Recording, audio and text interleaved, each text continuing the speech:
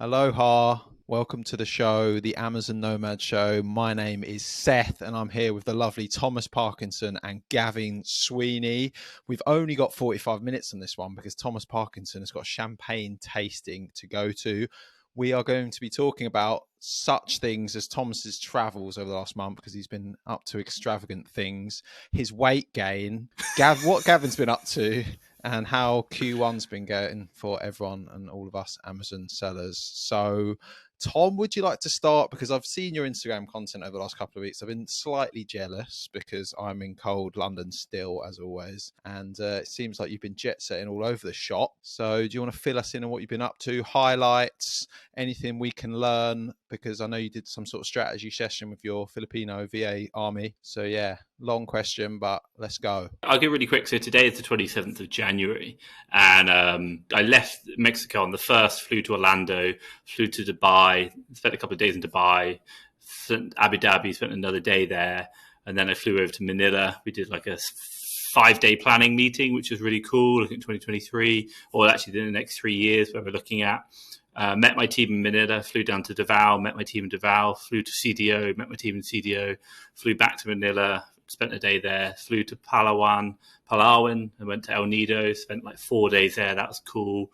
Beautiful infinity pool, see all like the islands. Flew back to Manila, then flew down to Boracay, spent like another 4 or 5 days there. And then I flew back to Manila yesterday, I think. And then, no, the day before, I don't really know, it was a mess. And then now I've flown to Doha in Qatar. And then 2 days' time, I fly to Madrid. And then I finally get back to Mexico City on the 31st of the month. So my girlfriend's looking forward to having me back. And so am I, also looking forward to seeing her. There's been one hell of a lot of travel. But I've also enjoyed the delights of Marriott Hotels Platinum status. And they've upgraded me many times. And I've stayed in some of the nice, finest establishments. That's been really good. And then obviously the planning side, I'll kind of very quick summary behind it. And obviously you can ask questions if you want to know. So I did like 5 days, and the way I kind of structured it was my team had never met me before. So I met my senior leaders, about 4 of them. They kind of run the businesses, and they're like big leaders. So I spent probably like an hour or two just getting to know each other. That was cool. Then we sat down and I got them to write out all their issues they're having right now.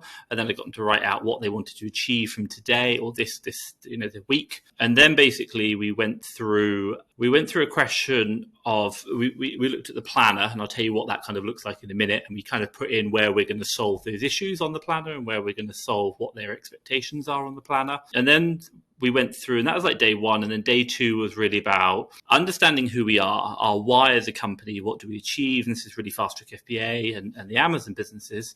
Like, who are we? Why do we exist? Why should anyone care about us? Why should our staff care about us? Why should we come to work every day?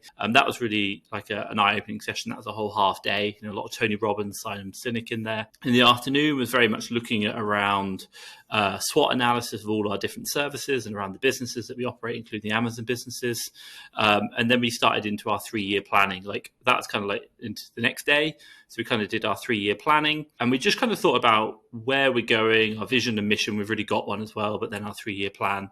And we kind of really just started the why, like, what does it mean? And we started doing SMART goals. So I think we came up with like 8 things we want to achieve over the next 3 years, which is fantastic. External and internal decisions, and then the idea is we broke that down into 1-year goals, and we broke it down into quarter goals, and then we went through the marketing of the business, and we went through the people. So we looked at the structure of the whole entire company, how we have to realign the structure and where we're going with the people and who we're hiring and what the roles are going to be over the next 12 months. And then we just recapped. We went back over what were the issues we have, how we solved them all, and then what did you want to achieve, how we solved all that. And then we finalized, and then we went and got drunk with all my staff. That was it. And that was Friday. So yeah, that was my planning session. It was really good, like really, really good. Really liked it. Everyone, at the end of it, I asked my team, how was it? And they said, the senior managers, they said it was really good. They had a great lot of fun, lots of pictures, of us kind of up and down. Like, we hired we basically got an apartment hotel.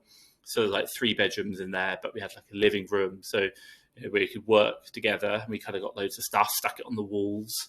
And my HR manager is the ex-HR business partner for Pepsi Cola in the Philippines, so 5,000 staff. She used to have to do lots of these, and she was like, I was so happy that I didn't have to do it. Tom, you hosted it, but I really enjoyed it. It was great fun. We did a completely different way of doing it. I got them up, I got them moving around. We watched lots of like inspirational videos, got them thinking, and I really enjoyed that side. So yeah, that's it. Sounds good. I mean, your senior managers aren't really going to say it's shit, are they? But there we go. I think they will. Like I could see it in them. Like we had some long days. Sometimes they were quite like tired, and I was like, right, come on, we're going out for coffee. So yeah, I enjoyed that. Nice. So do you want to dig in a little bit more into the 8 things you want to achieve in the next 3 years, just because I'm intrigued? I won't go so much. Like, I won't tell you what they all are because we're still just going to flash them out internally and then obviously talk about them. But like, if I kind of give you an idea, one of the questions we asked is like, how do we help our customers? Like, why do we even exist? Why should people come to work? So it's kind of like, how does Fast Track FBA help our customers? What does that look like? Number 2 is, how does Fast Track FBA work with the Amazon businesses? What does that look like, that relationship? And why? Why does it matter? And one thing we kind of really got out of it, like our staff wanted to make sure that, should we say that we weren't just focusing on like the clients in regards to the sellers, we were also making a difference to people's lives in the Philippines. That was something quite important to them. So what we wanted to do was not only look at our own staff internally, in regards to training and development, career progression, how we can develop them, internally, our processes, and also how we can remunerate them as well. There's a lot more than just pay, but then also as well, how can we help other people in the Philippines through the work we do through Fast Track FBA? Like we've hired 550 VAs so far. Like that's changed people's lives. So that kind of came back to our why and what we wanted to do. So a lot of it is around that, like systems, processes, people development, helping our customers, really aligning with what we want to achieve and defining that vision, and then looking to move that forward in some operational aspects. And we've got some quite clear goals behind it, but it's like we know as leaders where it is, but we haven't even told the company yet. So I'd rather not like share that with everyone before the company have known. Does that make sense? Yeah, that totally makes sense. I just wanted to, know a little bit more about how these things work because it's interesting. Gavin, let's move on to you, because last time we spoke, you were talking about different niches and shoes getting more difficult and stuff. What has January? Have you come to any new conclusions? Anything exciting been happening this month for you? So I won't go into all of it, but yeah, I've done some operational changes. I am kind of like teaming up with one of my course mates, and we're joining the niche together and leveraging both of our employees as kind of like one unit. So instead of like having access to like 5 employees, I now have access to like 11, 12. So we're kind of like mixing and matching what we're doing so we can leverage the existing skills. But in regarding, it's primarily wholesale that we're moving into. And we've already spent about $30,000 this month so far. And we just started purchasing 2 weeks ago. So it's actually going really well. We got our first sales on the new company now. Margin's really high. Everything's much higher. As for the overall overlook for shoes, we've still done over $100,000 turnover this month. But obviously it's like return rate, right? So the margin is pretty hit because of last month's returns and November.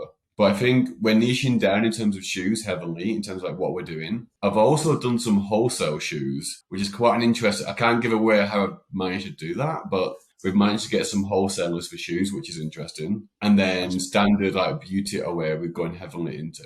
But yeah, it's like... What did you say there? Beauty? Yeah, beauty wholesale, sorry, not aware. Okay, what is that just your company or is that the new one? That's the new one. That's the new one I've made, yeah. So then the new one is like USA to USA wholesale. So we buy it via an LLC, but it's like, it's just easier to spend money. And the idea is that we have a lot of capital in there because we took a 164K loan, accepted that on like the 18th of January or sometime. And it's like spending all that on shoes is like, okay, but the margin isn't going to be that great. And the returns make it hard to actually track your true net income because it's a bit of a fucking mess, to be honest, man. You've got 15 to 20% return rate and the returns are expensive as well for shoes. So the wholesale is looking very, very promising right now. So you're getting into wholesale? Yeah. Interesting. Cool. Carry on. So, how have you managed to get into wholesale so quickly and spend $20,000? Is that due to your friend's expertise, or that is because I have a good network? I mean, that's not my own skills. In fact, if I was, my own skills would be being able to network with people and not being a fucking dickhead. So, yeah, that's thanks to my mates giving me like a very strong push in terms of direction for this. So it's moving very quick, not because of Like, don't get me wrong, I'm working an absolute shit ton right now. But the reason I'm moving so quick is not because of my ability. It's because of my friend's ability to assist me. What are you working on them? Why are you working a shit ton? So in the wholesale, I've already got like a team of 4 years now. So I've already got a team. So obviously then comes the management. I have to train them all up. I have to train them all up whilst I'm learning it all myself. And I'm still implementing new processes and systems. So there's a lot to do. Less so now than there was a short while ago. But I mean, I've got like well over 100k in the bank, so I need to work. There's no two ways. Can I ask a question? Yeah. What's going on with your shoe business at the moment? It's fine. It's even. I think this month we'll clock about $130,000 in turnover. Cool. Next month it's probably going to be a bit higher, like 150k to 200k. Cool. So that's running without you, is that right? Yeah, it's pretty much running without me. It takes like what 5 hours a week from my time. Yeah, it's really not like the shoe business doesn't really need me that much in it. Like, yeah, the true P&L is quite hard to calculate, but the invention labs usually like takes us like a worst case scenario because it counts all returns as a net loss, which is never the case, right? So the USA shoes is still going fine, but I have so much money that I do want to get into a new niche as well, so I can build something else. So the wholesale team, you say you got 4 VAs. Do you mean you're teaching them to go scrape through, keep a product finder, and then look for products which don't have much FBA competition, see if you can find wholesale from that sort of thing? It's a combination of looking for products, going through like deal sheets and stuff, or the stock list that they give you, communication, admin. Like the way I see it is that I have so much money available. Like, I don't want the employees for now. It's having the employees from 6 months onwards from now. So it's preparing myself for the future because I can afford too much expense because I have so much capital set there. So I'm trying to leverage my time whilst I'm building a new team. So this time in 6 months, I'm in like a crazy good position. And so far it's going really well. The margin already though is a lot higher than shoes. So wholesale, because wholesale I thought's not necessarily as good margins. Is that just because you found a good niche? I think that's a myth, to be honest.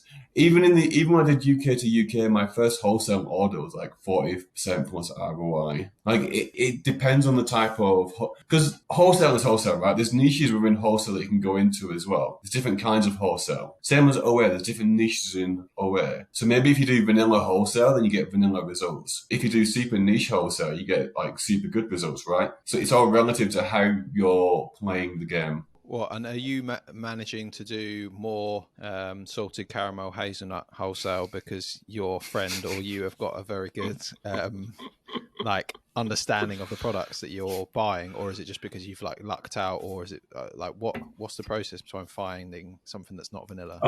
It's a combination. It's a combination, right? Because my knowledge of beauty and supplements is already very good in general. I did it in the UK for a while, and I'm interested in supplements as well as a person. Then if we also add on my own keeper analysis is pretty good. So it's like if I look at some of the leads I get, it's giving me, it's like he might buy 10, I might buy 400 or 500 or vice versa. So it's like I'm able to like look through all the previous deals, pick out the good ones from which I know from my knowledge so well, or because the keeper tells me so as well. So I can go super deep in on them.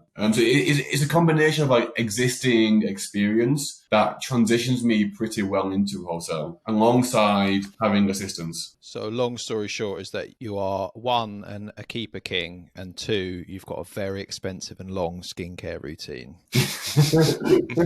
And the pills, multivitamins, and a lot of money in the bank. That's the recipe for success by the sounds of it. Exactly. Skincare routine at the top, of course. Oh yeah. I mean, I just use beef tallow. I don't really use a skincare routine anymore. I used to, but I just stopped. You just need some sun, some vitamin D is fine. But you have got a pretty crazy health routine at the moment given to you by some weird doctor, haven't you? Yeah, I do.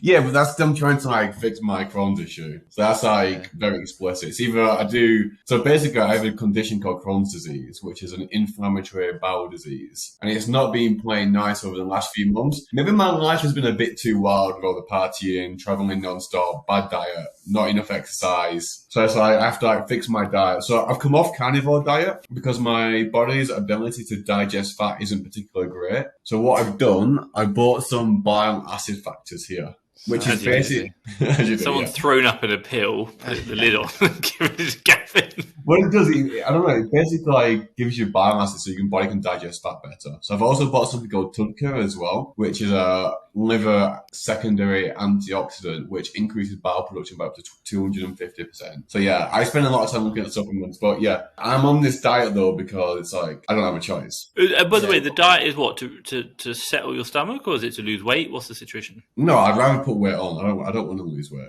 Because my girlfriend, obviously, I've not been there, but my girlfriend says, obviously, my girlfriend's in Mexico and sees met you, Gavin. It's like, you've lost weight. She said that. Like, you look she's like, you've lost too much. Yeah, she's like, you've lost too much weight. I was like, she's like, Gavin's really different. She's going to get a shock when she sees me an extra 10 stone on.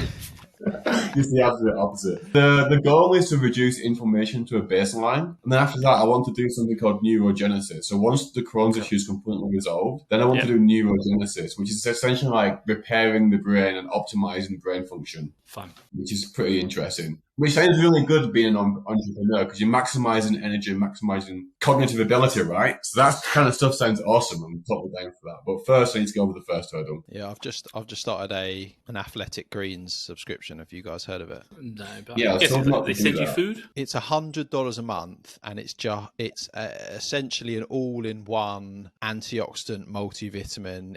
It's a green supplement. It's like a super green supplement. It doesn't taste. It tastes like ass, quite frankly. but apparently it's super good for you. And for $100 a month, I think it better be fucking good. It better be doing bits. Otherwise, I'm not. It's a subscription, obviously, so you have to do that every month. And it's like, well, I'm expecting to see some solid results in terms of my gym, like metrics and running. And Seth, stuff. I'm just gonna say your results are pretty insane already. So I don't know. Like, this is a guy who went and got drunk for like 6 weeks, and then decided to sober up and then go run a marathon, and then immediately after marathon did a podcast with us. We're like, what the hell? Yeah, but you can always improve, can't you? Yeah, but like, I don't know if you can get that much better. Like, you've never seen David Goggins. That's like me. If I take those super greens and I go and run a marathon, fine, they're amazing. But I don't know how much you can get better. Like, you're already operating at like 98%. I think it's more of a health thing as well, because maybe it's good for longevity. So Gavin's talking about neurogenesis. That's probably it will be. It's like, longer, right? We're all macronutrient deficient in many things, right? Exactly. What? Because the food that we ate 100 years ago, which is like very nutrient dense, is not the same as it is now. Like, think about it in terms of like pesticide, soil, the quality is all going down. So the nutrient profile of all the foods we eat is also going down. Yeah, you can eat exactly the same diet you ate 100 years ago, and you wouldn't get the same nutrient profile. Yeah, true. I'm kind of putting a plaster or a Band-Aid on a gaping wound by drinking 20 pints at the weekend as well. I'm with you, Seth. I'm with you. It's all the free mini bars and the free cocktails and everything. I'm with you. I think it's just like a boredom thing. It's like you see an Instagram ad for Athletic Greens, you think, yeah, go on then, I'll do that. That'll solve the 20 pint problem. I can keep drinking the 20 pints and have that problem solved. Exactly. Says whilst vaping as well. So, Seth, what's been up with you? It's been a month since we've it's been a month. It's been a month. I think I'd been talking about FBM a bit over the past few episodes. We've kind of you've been talking about shoes, and we talked about that as well. Like, well, Gavin's now like, I'm not doing shoes anymore. I'm doing something else. And I'm like, Seth's supposed to be like, this is the dream, and Gavin's ruining it. No, we're still doing shoes. But the shoes didn't. It kind of bored me, didn't excite me. My VAs weren't. I either wasn't teaching them well, they're just shit because they weren't like very good at sourcing shoes. Shoes are very hard to source. Most fail. Yeah, most sources fail. And I got really bored of having to check their work and just constantly saying this is wrong because of this, blah blah blah blah. And also the margins just weren't that exciting compared to books. So I thought I'd go back to the age-old adage. Well, either way. Warren Buffett and all the top entrepreneurs all talk about focus, don't they? And I thought that shoes was taking my focus away from my prime expertise, which is books. We all know how good the profit margin is for books. And I figure if I just spend more time thinking about how to enhance my book business, then I'm going to make more money in the long run. 24/7 so purchasing. Yeah, exactly. Well, we are doing that, but it's more about warehouse space now, isn't it? So obviously we are talking on 27th of January. Over the last week, Amazon has introduced the capacity manager, which means can you buy it now?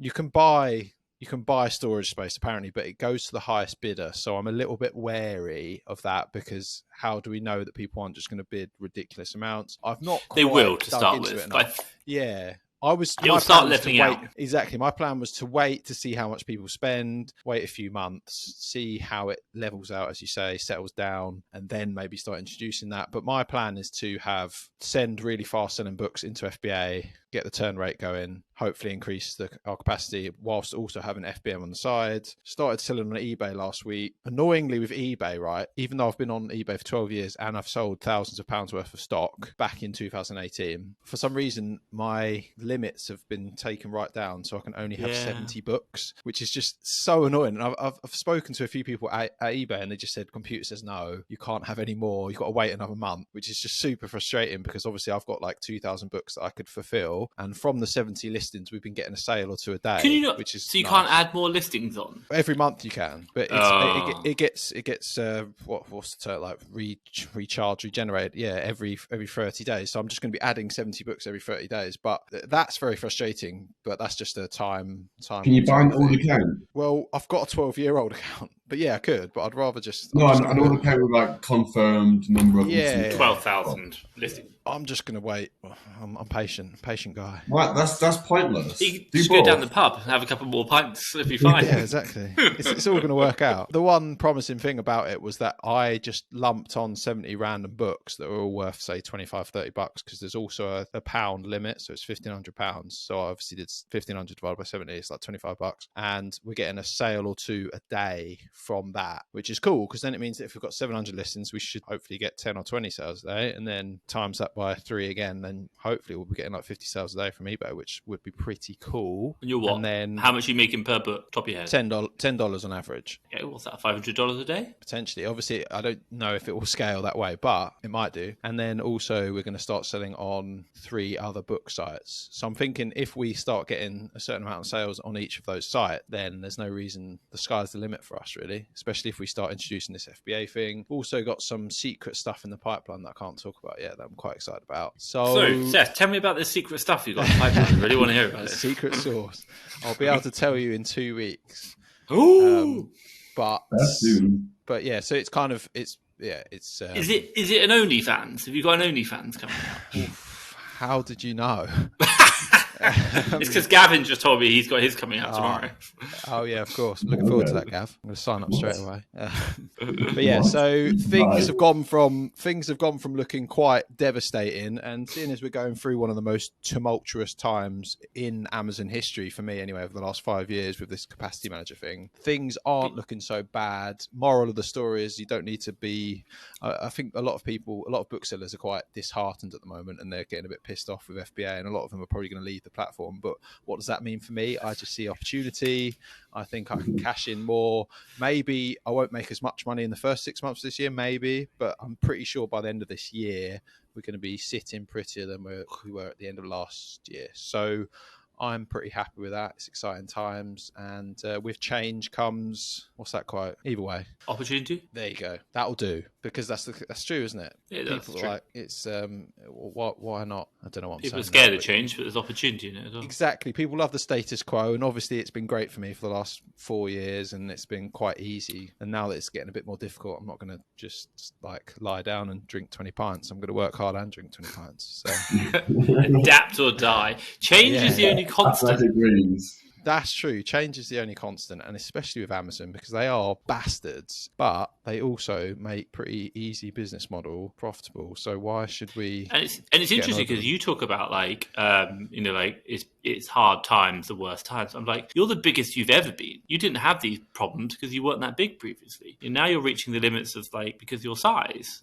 Yeah, it's true. It's true. We're going to be doing our year-end accounts at the end, in February. So that's going to be exciting to see how much profit we've actually made. Because as Gavin said, with Inventory Labs, you don't really get a full picture, do you? So it's going to be interesting to see what the accountants actually say. How much money's in the bank? Plenty. Happy days. Where are you going? The moon? Don't know. We'll see. I need to come out to Mexico at some point this year. You do? Drunken Dog is waiting for you. Oh, I forgot about the Drunken Dog. What a place. What a place. Well, when's the intention? When do you plan to come? Don't know. Whenever first class flight is available. Mate, they're always available. It's probably Have I only booked March them? that I'm going to be in Mexico completely. Oh, really? March. Oh, okay. Yeah, like February Miami Sellers Conference. April is Denver and maybe the UK. What? So you're predicting that for pretty much all of March you'll be in Mexico? Yes, because I need to sort my visa out, so I have to do 30 days in. I have 30 days to sort it out, so I can't fly out again. Okay, so I'm adding book flights to Mexico for March in my Trello. And I have my birthday in March as well, on the 7th, so you can come around there. Ooh. We can go to Salon or whatever it is and get drunk again. Oh, yeah. Keen. And Seth can go spend all time with a random girl in Drunken Dog while Gavin and I look after the tequila. Might be taken by that point, but we'll see. Exactly. We'll see. Have you guys ever been to Colombia? Colombia? No. Yeah. I'd like to go, but... I'm going to go... What's it called? Cartagena. Cartagena. Cartagena. Lives in Catania. Is that how you spell it? Catania. Yes, I'm going to go there for like 1 month. It's going to be interesting. I really want to go to like Medellin as well and Bogota. But I'm super cautious of those places because there's like a massive scalopamine. Bogota. What? There's a massive what? Scalopamine. What the hell is I've heard of scalopamine? It's basically where you get drugged and then they take all your stuff. It's like some sort of like truth serum, but knocks you out cold as well at the same time. It makes you like you ask. Yeah, it's kind of like that, but apparently you're fully lucid at the time, so you can just ask someone to like go jump into a road and they'll do it, or like go. Steal I don't something think from so that because person. the CIA would love it, wouldn't they? Yeah, well, of course they probably the ones that released it. Conspiracy. Wait, you can see it all over. Like it's becoming a massive problem in Colombia, and I think someone You watched a documentary on it. Part of the issue is that because of COVID, those types of countries were hit the worst. So people are doing all sorts of stuff. Whereas before it used to be just like a bunch of girls doing it to like take your phone or something, but now it's organised crime. Now they take your kidneys. They get some really hot girl to come up to you and she spark your drink with some scalopamine. It's all right. Drink bottles and stop talking to hot girls. Talk to hot boys. Problem solved. It's just because you've not been there. I think it's the same thing with Mexico, isn't it? Most people are scared of Mexico, and then you go there and realise, oh, actually, it's really chilled and very. I've got friends. I've got friends who've been there all the time. Yeah. Like they've been there like this, in the last few months. It's absolutely fine. Yeah, same. If you go hang around dodgy bars and talk to really obviously hot girls who wouldn't normally talk to you, who look a bit suspect and they're a bit coming on to you, then yeah, you're going to get problems. Mm-hmm. But like, I think you've got enough brain cells to spot that one. Yeah, I'm super excited to go Cartagena. Cartagena. You're asking two British guys that don't speak a lick of Spanish what the pronunciation is. Lo siento, no hablo español, solo inglés. That's it. That's it. No idea. Yeah, I'm super excited for Colombia. That's going to be so much fun. And then I fly straight to the UK to pick up my birth certificate. Oh yeah, Gavin's paying for storage fees at my flat because he's got so much Crohn's disease pills at mine. It's taking up a whole wardrobe. Oh, I was looking into a peptide recently called PPC 157. Have you ever considered taking like any kind of like peptides? No. Fruit and veg. That's what I try to eat. Peptides. Fruit and cake for Tom at the moment. Should change this to an alternative health show. Following Gavin Sweeney's weird health routines. I'm trying to when I come back to Mexico, I'm like, do I go Playa del Carmen or do I go to tomorrow back to Mexico City or Guadalajara? Guadalajara's meant to be really good as well. Do Playa a bit later more towards the summer. It's cooler now. It's a nice time. It's going to be May. It's going to be May when I come back. Oh, okay, that'll be fine. Won't it? It'll be too hot. No. You're roasting. Tell him. Oh. You know what? How hot will it be? Is it like Bangkok hot? Hotter. It gets really sweaty. Are you serious? Hotter than Bangkok? Is that possible? Yeah. It is seriously sweaty. Tom and I were there in May in Cancun. It was quite unbearable at times. But Guadalajara's cooler, isn't it? Guadalajara, you actually need to wear a jacket in the winter month. Like it's actually pretty cold from what I heard about people I spoke to. But it does look cool. A bit more of a Mexican city. Yeah, I want to check that as well. But I want to go to another beach again. I think I'll go back to Thailand later this year as well. Seth, what's your travel plans this year? Got absolutely none yet, which I quite like. But I was saying to Tom before... Get some Amex points, man. Yeah, I was saying to Tom before you joined the call was that I've got 500k Amex points now. So it's just a matter of booking something up. But all right, sorry, tell a lie, guys. Bangkok is 3 degrees C hotter than Playa del Carmen in the hottest months. Okay, well, similar. But at least you have a beach. Just sweaty. Wait, I went Bangkok in November. It's still too hot. Yeah. So that's actually go on, Seth. So you got to spend some of your points. Yeah, you should do it. Yeah. So I'm not sure what I'm going to do yet, but I think it's just every time I go on the British Airways points site, it's just a harrowing experience that I never want to be a part of. It's so disgusting. Have you got Amex now? Amex, yeah, but obviously you've got Yeah. to change them to BA points, haven't you? And it's just every Yeah, time but it's Amex- either the site Amex doesn't now- work, or it's slow, Go or on. it's or there's no flights available, or it's just Just be shite. mindful. You can actually Amex are much better now.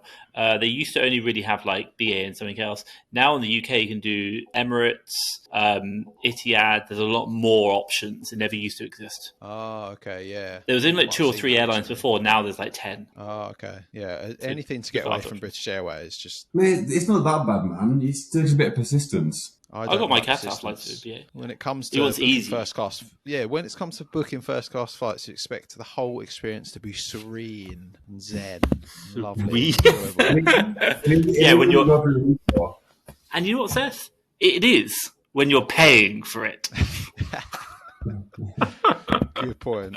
Good point. How much did you pay for my London Heathrow to Mexico City? Guys, it's like $7,000 or something. Yeah, I'm not paying that. Quite It's, fun. yeah, it's about $7,000. I think it's not too bad. It's about 3.5 return, 3.5 one way, 7 return. So 10,000 US. So, do you think I'll be able to book a flight to Mexico for your birthday, Tom? If we're already in the 27th of Jan, don't you have to book quite further in advance than that? It's usually easy to go closer to the time. Oh, it's better closer. Yeah. What? Because of cancellations and people just. Because people are more likely to pay with cash for if they're going to pay like way back. So No, I don't. it's close to the time, and they're not just trying to fill up seats. For a lot of mine, I had to wait closer to the time. Emirates isn't like that as well, actually. But Emirates is too much like that. They're too close to the time to get first class. It's actually a bottleneck. Next day. Are you looking? You can do Tom? business, Seth. Oh, I'm fine with business. Yeah, I'm not fussy Yeah. in that respect. My God. Okay, Wednesday the 1st of March, you can fly right now, business, BA. Okay, that's exciting. Can you just screenshot it to me just so I remember? No, you can write it down yourself. No, just screenshot it in the Facebook chat. Just because then it excites me, gives me something to look forward to. So See what I have to put up with, everyone? It's a difficult life. About to go to a champagne tasting in 10 minutes. It is. I do say I would hold out for first class, man. The first class Heathrow experience is just so good. Yeah, I've never done it. Not first class at BA out of a Heathrow. I've done it return. I was coming back, but not going out. Going out is the way you want because you're going to get the Concord Lounge. Was that just one ticket, Tom? Was there two? Yeah, I've only looked at one. Basically, you always don't try and book a return. Always try and book. Basically, yes, book a Two return, singles. but no. You always try and book a single just to find out when the flights are available. Because if you can't get a return, it's a nightmare. So you just always try and book 2 singles initially, and then once you've got the dates where they're free, then you book the return together. Oh, get you. But you can do it as 2 singles, and you might do it as 2 singles. Why? Because if you don't take the flight out, you don't get the return. You lose the whole thing. Right. 2 singles is easier as well. Is 2 singles not a lot more expensive on the points though? No, I think it's the same price. Oh, cool. It's not. You don't get discount like you would on normal book. Excellent. Well, Right, let me try to find first class now. I'm having a look as well. Not on the first. You can't do it on the first. Look in second. You go like the 10th. Work your way backwards, Gavin. but if you're saying Normally, you should come up with a calendar if there's nothing. does Etihad not fly to Mexico? Yeah, but you have to go via Abu Dhabi, Oh, that's long. which you can do if you want. It'd be quite cool. Yeah, I suppose You if first do class Heathrow went- to Abu Dhabi. You probably do A380 or something big. Yeah, I can't. I'm struggling to find first, but I can find lots of business. But there is none in March. None. There's no Despicable. person. I told you, just a rubbish How do you know there's no experience all first round. in the whole of March? I'm trying to go through one at a time. One sec. There's none in what? There's none in February. They don't exist. They stopped it. If anyone wants to know, business BA is okay, but it's probably one of the worst business classes that I've ever flown. It's okay. There's no problem with it. But like all the other business class, your transatlantic have been so much better. Like Qatar. Yeah, so you can fly first class tomorrow. Got plans, mate. Got plans tomorrow. I swear it's got much harder to book British Airways first class recently. I just think it's always been difficult. Right, Yes, yes, should we wrap it up there? yes. I need to go do Yeah. some champagne opening with the sword. Yeah, that sounds exciting. It must have a name, that must have a name, surely. Swording. They do it every day here. They were like, "Oh, Mr. Parkinson, because you're a platinum member, you can get it for free." I was like, "Oh, that's nice. I'll come along." Well, I expect to see that on your Instagram circa 20 minutes. We'll see. We'll And, see. everyone who has been listening, White trousers. thanks very much. If you've got any things to comment or ask, pop them down there, wherever they will be. But that's adios from Tom, Gavin and I, and we'll catch you next guys. week. Stay Ciao safe. for now.